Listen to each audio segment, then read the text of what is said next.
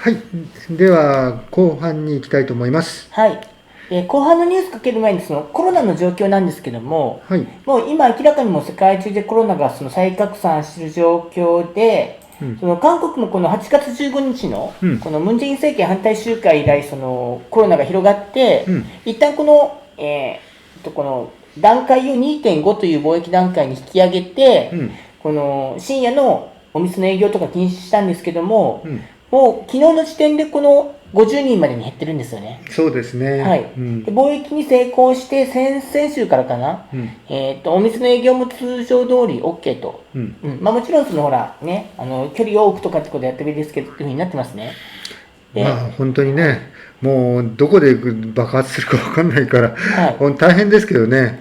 で、そのもう韓国のこの40人っていうのはかなりこの抑えられてるっていうこの信用があるなという数字で、うん。ただその前の前々日は100人超えてたんですよ。うん。で、なんでかっていうと、この50人一気にクラスターが起きたというこの療養病院があったんですよね。そうですね。はい。マスクつけずに介護をしていたそうです。うん。ただ、その後、全部の看護師、全国の看護師、介護職員、そういった福祉の職員全員に PCR するって決めたそうで、うん。いやー、そこら辺すごいなと思って、日本。だから日本も杉並モデルですか？世田谷です、世田谷。世田谷モはい。デルですかっていうのが、独自にそれを取り入れている区市町村が徐々にはい。出てきたみたいですから、3つぐらいですかね、だ全国に。から、もう正直言って日本政府なんか全く信用できないし、やる気もないみたいですから、やっぱり地方自治体とか、そういうところでね、もう積極的にやってもらいたいですよね。はい。世田谷モデルのこともうちょっと報道してすね。まあ、菅政権のことをね、別に忖度してもいいから、世田谷のことくらいせめて報道してほしいなと思いますね。本当ですはい。ね。はい。じゃあちょっとまたもう一回メニューを見せる。はい。長国市の関係と BTS の関係ですね。はい。で、ジョグクさんのことは、ちょうど、このニュース、取り上げるニュースは9月の29日に、このチョグクさんを守れと1年前に大きなデモがあったんですよね。うん。ということと、裁判の決心が近いということで、作られた YTN のニュースです。はい。はい、じゃあ行きますね。はい。 자, 조국 전 장관 얘기도 좀 해봐야 되겠습니다. 법무장관들 얘기로 계속 갑니다만은 벌써 서초동 촛불 1년을 맞았습니다. 그때 영상을 한번 좀 보고 다시 돌아오죠.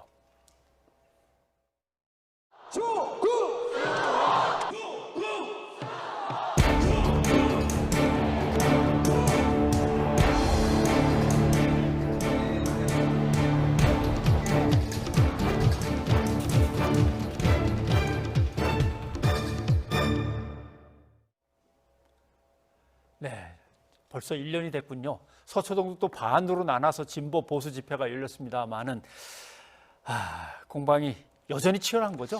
사실 그러니까 정치적인 어떤 이해관계 내지는 입장이 다른 부분하고 사건을 객관적으로 바라보는 것은 좀 구별을 돼야 되는데 예. 조국 전 장관과 관련해서는 뭐 객관적인 사실을 떠나서 어찌 보면 이 그냥 입장에 따라서 정치적인 입장에 따라서 이 사건이 그동안 사실 많이 바뀌었고 재판에서 새롭게 드러난 부분들도 많이 있는데 예. 그런 부분들에 대한 어떻게 보면은 다시 어떻게 뭐 받아들인다고 해야 될까요?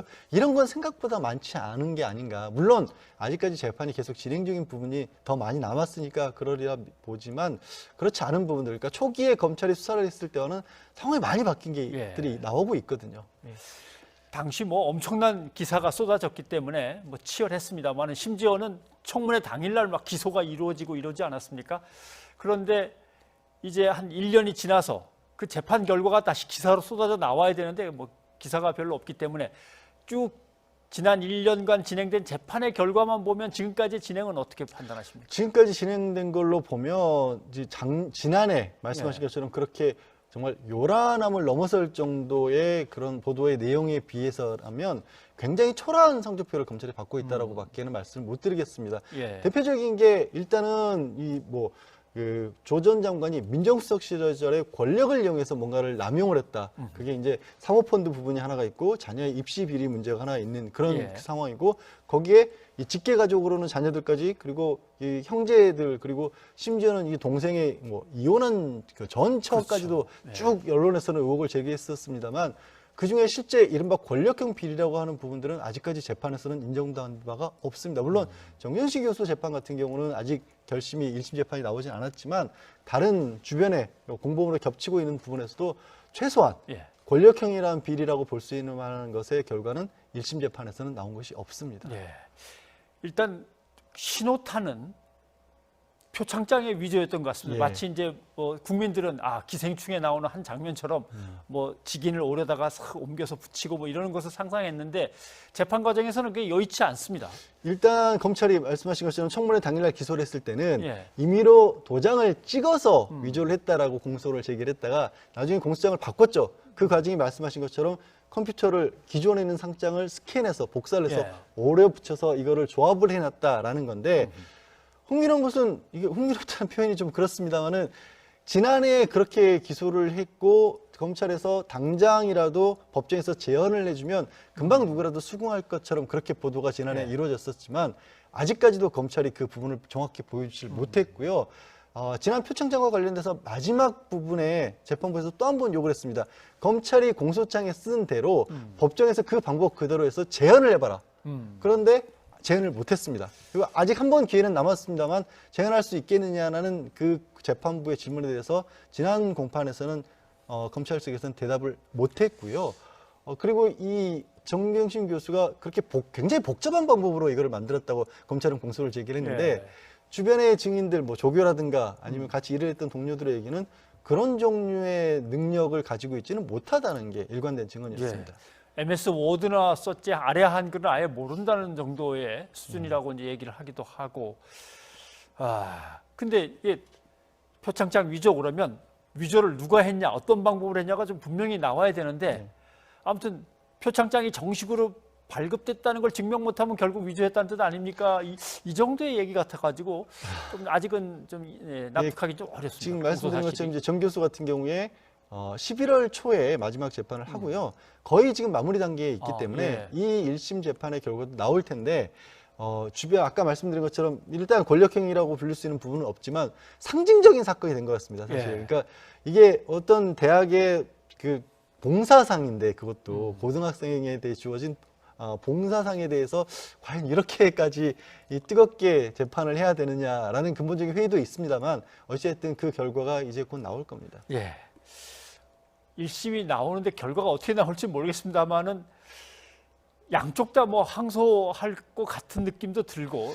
왜냐하면 만약에 무죄로 나온다고 해도 검찰 입장에서는 검찰이 또 이게 정말 말씀드린 것처럼 상징성을 띠는 사건 아니겠습니까? 이게 무죄로 나올 때 지난 검찰이 1년 동안 수사를 하고 재판했던 부분에 대한 정당성이 굉장히 많이 훼손될 수가 없고요. 사실 이제 언론에서 자세히 다루진 않아서 그렇지만 이미 지난 이제 조 전 장관의 동생 같은 경우는 6개 혐의 중에서 다 무죄고 1개만 그렇죠. 그것도 개인 비리만. 그래서 정말 이례적으로 재판부에서 판결을 내면서 나머지 혐의들이 다 무죄이기 때문에 형을 감형해 준다라는 그런 말이 들어갔을 정도로 이례적인 사건이었거든요. 그런 일들이 지금 반복되고 있는 상황입니다.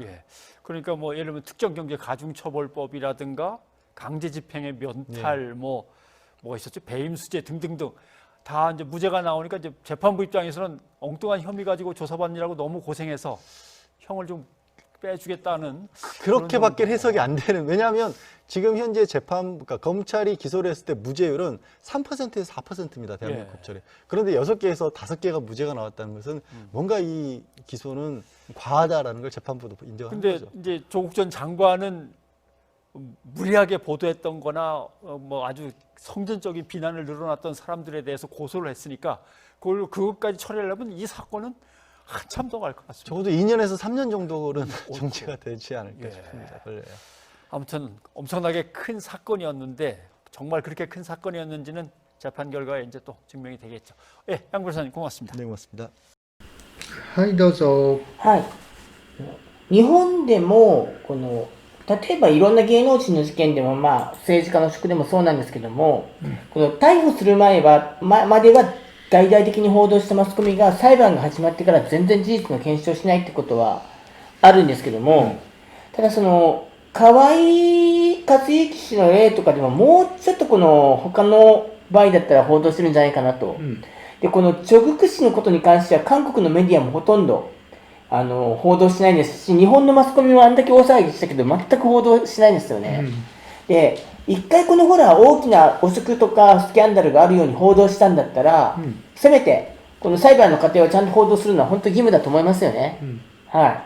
でもう本当ね、これ裁判のことを全部見てる人にしてみれば、もう検察が何一つも論理だって、何も立証できてないってことは裁判のことをね、ちゃんと追ってるジャーナリストはみんな言ってるんですよね。はい。もう話にならないですよ。でもう、なんていうかね、この長具氏の問題に関して、長具氏関係の問題にしては、もう、今一番問題になってるのは、その長具氏が大統領になるために不正蓄財をするために、サモファンデといって私の、募集のファンドっていうのが韓国であるんですけど、はい、それをやったっていうところで、こうやって大々的に扱っていったんです。それで、あと、それと、子供たちの不正入試とやったっていうんですけど、今一番問題、結局その死亡ファンドっていうのは全部もう消えちゃってるんですよ。もうある意味で検察はもう諦めてるんですよ。なるほど。諦めて、それで今何やってるかって言ったら、子供を入手させるために、10年以上前に、入手させるために、表彰状を偽造したっていうんですよね。はい、出てきたニュースですよね。はい、それで、その印を、その赤い印ですよね、はい、あれを偽造したって、あれ私、しょっちゅうスキャンしてますけど、絶対できないですから。私、フォトショップとかいくらいじったって、同じものなんか絶対作れないんですよ。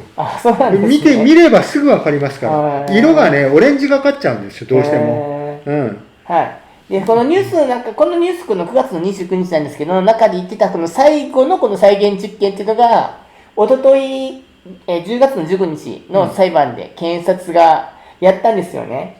で、一応そのね、支給派メディアはこの30秒でこれ再現できるんだというふうに言ってるんですけども、このね、はい。で、ジョン・ギョムシン教授、奥さんは全然コンピューター音痴なんですよね。で、そのコンピューター音痴な人が、ペーストするとこだけだったら30秒かもしれないけども、そこまでの準備が絶対たどり着けないってことを何一つやっぱり証明できなかったんですよね。スキャンして、スキャンの機械の性能もあるんですけど、それとみんなそれぞれ癖があるんですよ。スキャンした色がね、微妙に変わるんですよ。で、それを、出力されたものと同じものにしようと思ったら、フォトショップを使ったって、そんな簡単にできない。本当にプロ中のプロがやったって、見れば分かるぐらい分かっちゃう。色がね、どうしてもね、同じ色が再現されないんですよ。僕も全然詳しくないからわからないんですけど、だから本当寄生虫の映画に出てきたあれっていうのは本当のプロなんでしょうね。だから寄生虫に出てくるあのシーンをみんなパッとできるのかなと思ったら、そんなにできないですから。だからあれができるって言ったら本当天才なんですよ。なるほど。だから、ということは、それも、チョン・ギョンシン教授は、フォトショップもない状態でやったんですから、もう、すごい、テクニシャン、コンピューター、天才的な、人じゃないとできないけど、チョン・ギョンシンさん、コンピューターに音痴ですからね。はい。中で出てきたように、MS ワードがやっと使えるぐらいだと。そうです。はい、それでもうそこのパソコンの中には、フォトショップとか、その編集するソフトが何も入ってないんですよ。で、それでどうやって偽装したっていうことを言い続けるのか、だからだから裁判自体がね、もうありえないですよ。だからそれを口頭で検察が、裁判官に、いや、できないことを、いや、できるんですって。じゃあ再現してみろって言ったら、全く違うやり方を持ってきて、ほら、できたじゃないですかって言ってるようなもんですからね、絶対もう、韓国でオントリーですよ。本当に。オントリーっていうのは、あれですね、もうデタラメはい。本当ですよ。デタラメですね。はい。だけど、そういうことを、大報道して、したっていうのが、1年前の話で、それで今、結末がもう本当に、もう、お笑いの裁判が今進行されていると韓国のそのほら裁判、僕も全然その全部知ってるわけじゃないんですけども、この日本に比べてこれいくらなんでもこれ有罪にするのは無理があるって場合には、いくらそのほら権力の意向がやっぱ有罪だって言ってもなかなか有罪は下りないみたいですよね。一応見てると日本ほどは。はい、ただ昔だったら、もう検察が言ったらもうほぼ間違いなく有罪ですよ。だけど今これだけ逆にその進歩系リベラル系の人たちが監視をしてるから、それがまかり通らなくなっちゃった。なるほど。ということですよね。はい。裁判の結果は本当注目したいと思いますね。だからこのチョグ氏の関係のチョン・ギョンシン奥さんですね。チョン・ギョンシンさんの裁判については、赤いアジェってパイガンアジェっていう人がいるんですけど、はい、その人がもうかなり具体的に全部報告してますから、はいその人のやつを見てるともうよくわかります。はい、はいはい、韓国ができたらそれがね、できる方は見てください。はい、で、あともう一点、このチョグク氏が今やってる大事な仕事があって、それはこのマスコミがこのやったこのフェイクニュースに関してどんどん告発して裁判をやって結構勝ってるんですよね。いやもうどんどん勝つと思いますよ。これがやっぱ大きな役割を担ってると思うんですけども、その結果今韓国で出されてる法案がカチャニュース、だから偽ニュース、フェイクニュース、悪質なフェイクニュースに対して過重にその罰金を課すという法案なんですよね。はい。そういったことも注目したいと思います。はい。はい。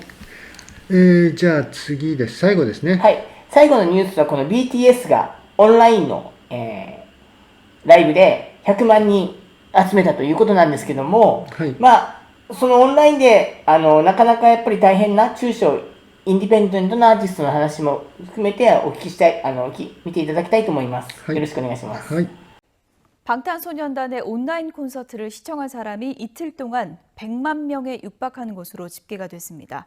적게 잡아도 매출액이 500억 원을 넘는데요.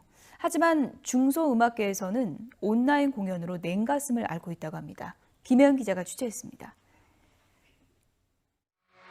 방탄소년단은 이번 온라인 콘서트로 191개 나라에서 99만 3천 명을 불러들였습니다. 5만 명이 입장하는 스타디움 투어로 따지면 이틀 동안 20번 정도 공연을 한 셈입니다. 콘서트 수익만 최소 500억 원은 넘을 것으로 추산됩니다. 넉 달 전 공연보다 8배나 늘린 제작비로 무대 장치와 첨단 기술에 투자해 대형 경기장 규모의 공연을 온라인 속으로 들여오는 데 성공했습니다. 콜로세움이나 실제 응원 관중까지 구현해낸 슈퍼엠도 온라인 콘서트로 7만 5천 명을 모았습니다. 하지만 이런 성과는 자금력과 기술력이 있는 대형 기획사의 얘기입니다. 중소기획사나 인디밴드들의 경우 온라인 공연이 오히려 적자인 상황이 적지 않습니다. 공연장 대관료부터 음향, 의상 등 각종 비용에다 오프라인 공연에는 없던 중개 송출 수수료까지 합하면 부담이 커집니다. 오프라인 공연과 비슷한 수준의 공연을 만든다고 가정했을 때는 오프라인 공연 만드는 수준에서 영상 제작과 송출에 드는 비용이 들기 때문에 아무래도 더 많아질 가능성이 높다고 봅니다. 자체적으로 국내외에 탄탄한 팬덤이 구축돼 있지 않은 경우 관객을 모으는 것도 쉽지 않습니다. 그러니까 누구나 다 오고 가면서 쉽게 들어올 수 있다고 생각하는데 사실은 굉장히 외지에 있는 식당이라고 생각을 하시면 돼요. 그러니까 이곳이 알려지려면 많은 홍보가 또 필요하고 문체부가 온라인 공연 지원책을 내놓기는 했지만 업계마다 필요한 대책을 다 충족시킬 수는 없는 상황이어서 양극화만 갈수록 심해지고 있습니다. YTN 김혜은입니다. はいどうぞ。はい。最後にこのオンラインだったらその知名度のある人もない人も条件同じじゃないかというふうに一般的に考えられがちなんだけども、そうじゃないよと。で例えるとものすごい町外れにある一軒家の食堂なんだと。いう話があるんですけど、それ私たちも結構実感として分かりますよね。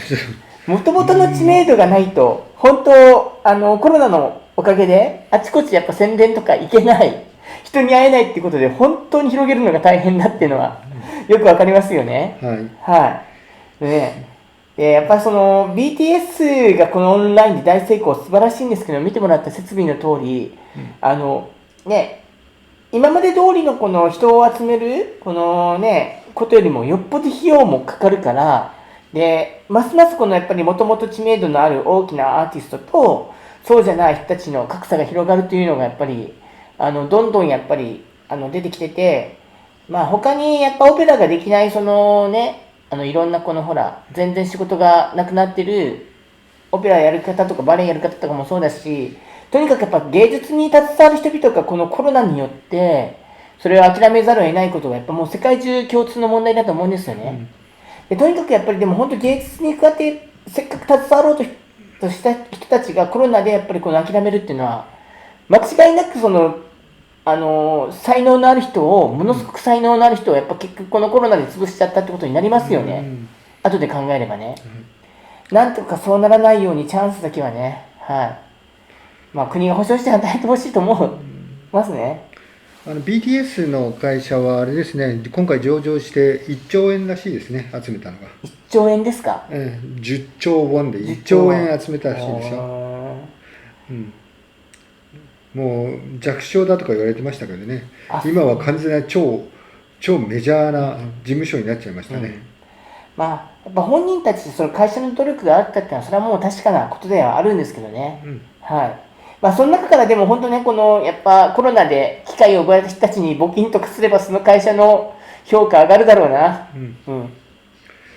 はい。今日はこのぐらいですかね。はい。ありがとうございました。はい。ありがとうございました。じゃあ、これで今日は終わりにします。はい。수고하셨습니다。감사합니다。